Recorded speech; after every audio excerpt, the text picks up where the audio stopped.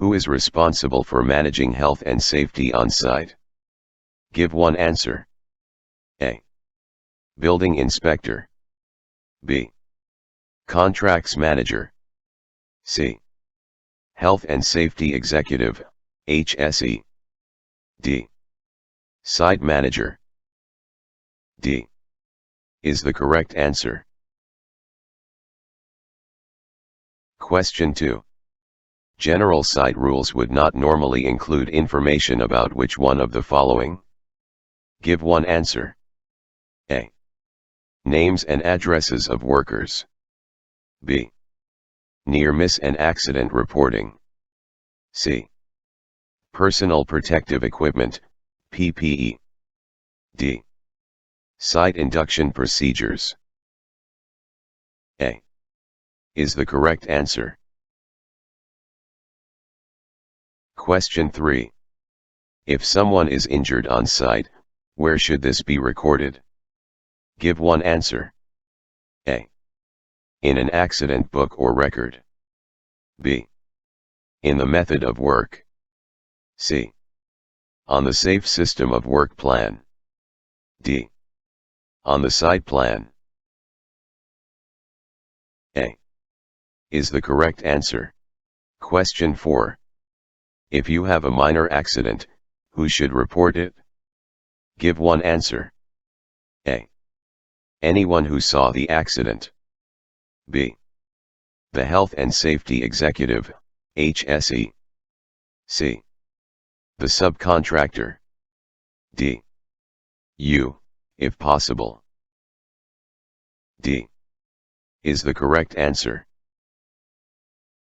Question 5. Does your employer have to provide a first aid kit? Give one answer. A.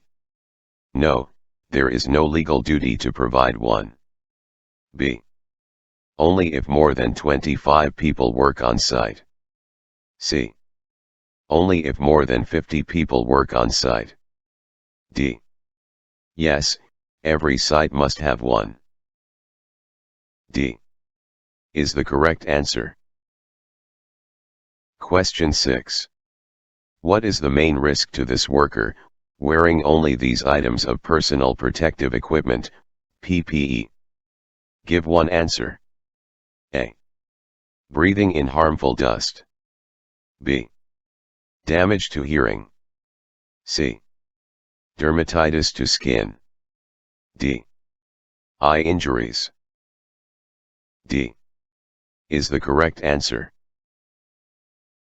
Question 7.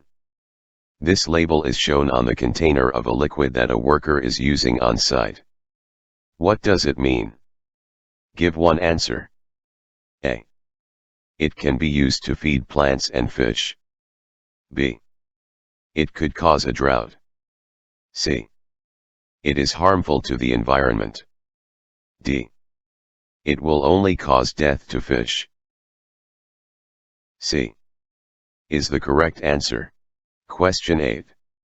Under environmental law, which of the following statements is true? Give one answer. A. Companies and employees can be prosecuted if they do not follow the law. B. Only companies can be prosecuted if they do not follow the law. C. Only directors can be prosecuted if they do not follow the law. D. Only employees can be prosecuted if they do not follow the law. A. Is the correct answer. Question 9. What should be done if there is an oil or diesel spill on site? Give one answer. A. Call the Environment Agency immediately so they can arrange to have it cleaned up. B. Ignore it. Oil or diesel spills do not have serious long-term effects. C. Stop work, contain the spill, notify the supervisor and then clean up the spill. D. Use a spill kit to clean it up before the end of the day. C. Is the correct answer. Question 10. You discover a bird on a nest where you need to work. What should you do? Give one answer. A. Cover it with a sheet so it can be moved out of the way before starting work. B. Move it to a place of safety, carry out your work and then put it back. C. Protect it from further disturbance, make others aware and inform your supervisor. D. Scare it away by making loud noises, then carry on with your work. C. Is the correct answer. Question 11. Why is it bad practice to store heavy materials underneath a tree? Give one answer. A. Compaction of the soil could damage the tree roots. B. Materials are not protected from the tree sap. C. Mold could grow on the stored materials. D. The tree branches could get damaged. A. Is the correct answer. Question 12. You have been asked to do some work that will create dust. What should you do? Give one answer. A. Start the work. No controls are needed as dust cannot cause serious harm or injury. B. Use equipment to eliminate or reduce the dust and wear the correct personal protective equipment, PPE. C. Work for short periods at a time. Regular breaks will reduce the amount of dust you breathe in. D. You should not do the work because dust is highly dangerous. B. Is the correct answer. Question 13. Where are you likely to be exposed to the highest quantities of dust when drilling, cutting, sanding or grinding? Give one answer. A. Inside a large space. B. Inside a small room. C. Outside on a still day. D. Outside on a windy day. B. Is the correct answer. Question 14. Who can enter a confined space? Give one answer. A. Anyone who has completed an apprenticeship. B. Anyone who is trained, competent and authorized. C. Only competent machine drivers who have the correct license. D. Only site managers and supervisors of the company. B. Is the correct answer. Question 15. What can cause occupational asthma? Give one answer. A. Breathing in hazardous dust, fumes, or vapors. B. Exposure to loud noise on a regular basis. C. Exposure to rat urine whilst working. D. Skin contact with any hazardous substance. A. Is the correct answer. Question 16. The seal of your respiratory protective equipment, RPE, can be broken by which two things? Give two answers. A. A hearing aid. B. Earrings. C. Facial hair. D. Facial scarring. E. Makeup. C and D is the correct answer. Question 17.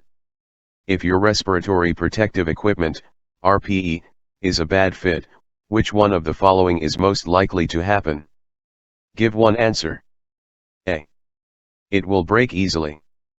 B. It will filter more air. C. It will get damaged. D. It will not protect you. D. Is the correct answer. Question 18. How often is it good practice to carry out repeat face fit tests for respiratory protective equipment, RPE? Give one answer. A. On a regular basis. B. On an ad hoc basis. C. When starting a new shift pattern. D. when starting work on a different site. A is the correct answer. Question 19. What should you do if you run out of the water you are using to control dust? Give one answer. A. Ask everyone to clear the area and then carry on. B.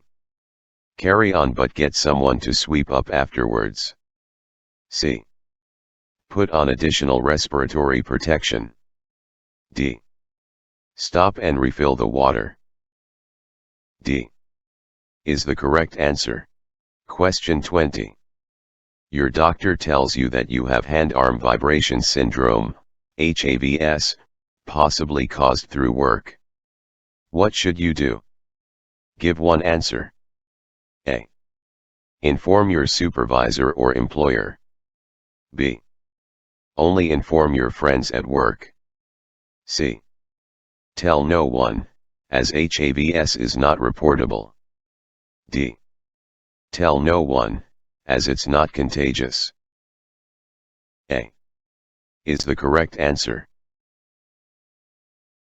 Question 21. What should you do if you need to wear ear defenders but an ear pad is missing from one of the shells? Give one answer. A. Do not work in noisy areas until they are replaced. B. Leave them off and work without any hearing protection. C. Put them on and work with them as they are. D. Take an ear pad from another set of ear defenders. A is the correct answer. Question 22. What are two ways of reducing the risk of transferring hazardous substances from your hands to your mouth? Give two answers. A. Putting barrier cream on your hands before eating. B. Using barrier cream for working activities. C. Washing protective gloves before each use. D. Washing your hands before eating. E. Wearing protective gloves while you are working.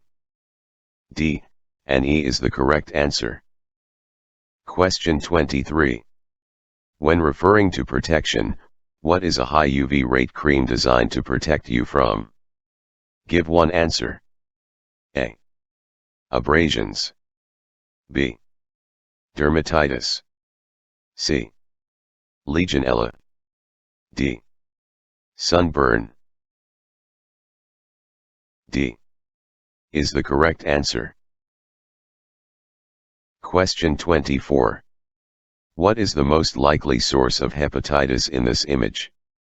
Give one answer. A. B. C. D. A is the correct answer. Question 25. What other illness can be easily confused with the early signs of Weil's disease, leptospirosis? Give one answer. A. Dermatitis. B. Diabetes. C. Hay fever. D. Influenza, flu. D is the correct answer. Question 26. Who has a duty to protect an individual from stress at work? Give one answer. A. The employer. B. The government. C. The local authority. D. The union. A is the correct answer. Question 27. Which one of the following statements is true? Give one answer. A. Learning difficulties and mental health problems are the same. B. Mental health problems are common and can happen to anyone. C. Mental health problems are rare among construction workers. D. People experiencing mental health problems tend to be violent or dangerous. B is the correct answer. Question 28. When absorption granules from a spill kit have been used on oil, What action should be taken? Give one answer. A. Clear them up and place them in a sealed waste bag ready for specialist disposal. B. Clear them up straight away and put them into a general waste skip. C. Leave them on the oil for a few days before clearing into the general waste. D. Use water to help clean up excess oil before specialist disposal. A. Is the correct answer. Question 29. When should an oil spill be cleaned up? Give one answer. A. At the end of the shift. B. Immediately, it could cause someone to slip. C. Never, it will be absorbed into the ground. D. When it has dried. B. Is the correct answer. Question 30. The ground has become muddy on site. What could be done to prevent the ground becoming slippery? Give one answer. A. Improve lighting. B. Improve signage. C. Treat the surface with gravel. D. Treat the surface with salt. C. Is the correct answer. Question 31. What can help to reduce fatigue? Give one answer. A. Drinking alcohol after work. B. Eating larger meals during break times. C. Going to the gym less. D. Taking regular breaks at work. D. Is the correct answer. Question 32. Lone workers are most at risk from what? Give one answer. A. Humiliation. B. Paranoia. C. Sleeplessness. D. Violence. D. Is the correct answer. Question 33. Who should drive company vehicles? Give one answer. A. Any construction site manager or supervisor. B. Any employee who is competent and authorized. C. Any junior apprentice workers. D. Anyone with a learner driver permit. B. Is the correct answer. Question 34. If you have to move a load while you are sitting down, how much can you lift safely? Give one answer. A. Less than the usual amount. B. The usual amount. C. 3 times the usual amount. D. Twice the usual amount. A. Is the correct answer. Question 35. Which 3 of the following factors must you think about to lift a load safely? Give 3 answers. A. How to grip or hold it firmly. B. Its size and shape. C. Its weight. D. What the value of it is. E.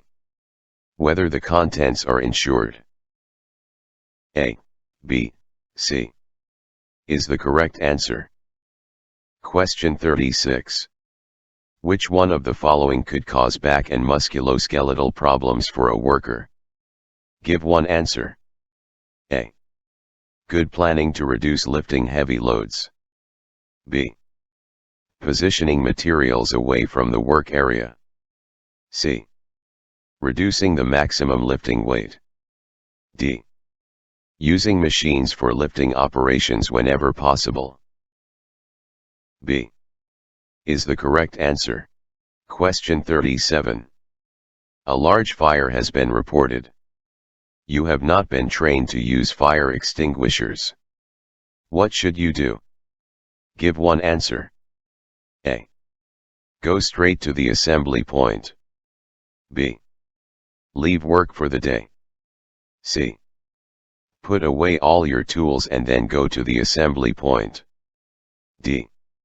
Report to the site office and then go home. A. Is the correct answer. Question 38. Which emergency procedures should be explained in the site induction? Give 3 answers. A. How to avoid leaving site in case it's a false alarm. B. How to raise the alarm in case of an emergency. C. What to do if someone is injured on site. D. Where to go if the fire alarm is activated. E. Where to go to leave valuables in an emergency. B, C, D is the correct answer. Question 39. If a fire occurs, how should you interact with the designated fire warden? Give 1 answer. A. Follow the instructions given by the fire warden. B. Follow the site manager as they will know their way around the site. C. Ignore the fire warden and follow your colleagues. D. Ignore the fire warden and the site manager. A. Is the correct answer. Question 40. What does it mean if there is frost around the valve on a liquefied petroleum gas, LPG, cylinder? Give 1 answer. A. The cylinder is full. B. The cylinder is nearly empty. C. The valve is leaking. D. You must lay the cylinder on its side. C. Is the correct answer. Question 41. You have been asked to dig to expose power cables. You have been given a cable avoidance tool, CAT, to detect them, but you haven't been shown how to use it. What should you do? Give 1 answer. A. Ask a colleague to show you how to use it. B. Dig the hole without using the cable avoidance tool. C. Read the manual before you start work. D. Tell your supervisor that you haven't been trained. D. Is the correct answer. Question 42. Where vehicles tip materials into excavations, what could be used as a safety precaution? Give 1 answer. A. A siren. B. Extra speakers. C. Flashing lights. D. Stop blocks. D. Is the correct answer. Question 43. An excavator has just stopped work. Liquid is dripping and forming a small pool under the back of the machine. What could this mean? Give 1 answer. A. It is normal for fluids to vent after the machine stops. B. Someone put too much diesel into the machine before it started work. C. The machine has a leak and could be unsafe. D. The machine is hot, so the diesel has expanded and overflowed. C. Is the correct answer. Question 44. To reduce the risk of overturning and accidents when not in use, how should earth-moving vehicles be parked? Give 1 answer. A. With the buckets and blades facing opposite directions. B. With their buckets and blades facing the same way. C. With their buckets and blades lowered to the ground. D. With their buckets and blades raised in the air. C. Is the correct answer. Question 45. According to the work at height regulations, when can ladders be used for work? Give 1 answer. A. A ladder must never be used on site. B. If it is high-risk work for long periods of time. C. If it is low-risk work for a short period of time. D. When other people do not need to use it for access. C. is the correct answer. Question 46. Which of these statements is true about using a ladder to access a scaffold platform? Give one answer. A. All broken rungs must be clearly marked. B. It must be secured, and extend at least 1 meter above the platform. C. It must be wedged at the bottom to stop it slipping. D. 2 people must be on the ladder at all times. B. Is the correct answer. Question 47. What is the correct way to reach the working platform of a mobile access tower? Give one answer. A. Climb up the ladder built into the tower. B. Climb up the outside of the diagonal bracing. C. Climb up the tower frame on the outside of the tower. D. Lean a ladder against the tower and climb up that. A. Is the correct answer. Question 48. Which one of the following statements is true when referring to the wheels on mobile access towers? Give one answer. A. The wheels should be locked at all times. B. The wheels should be locked when the tower is being moved. C. The wheels should be locked when the tower is in use. D. The wheels should only be locked at the end of the day. C. Is the correct answer. Question 49.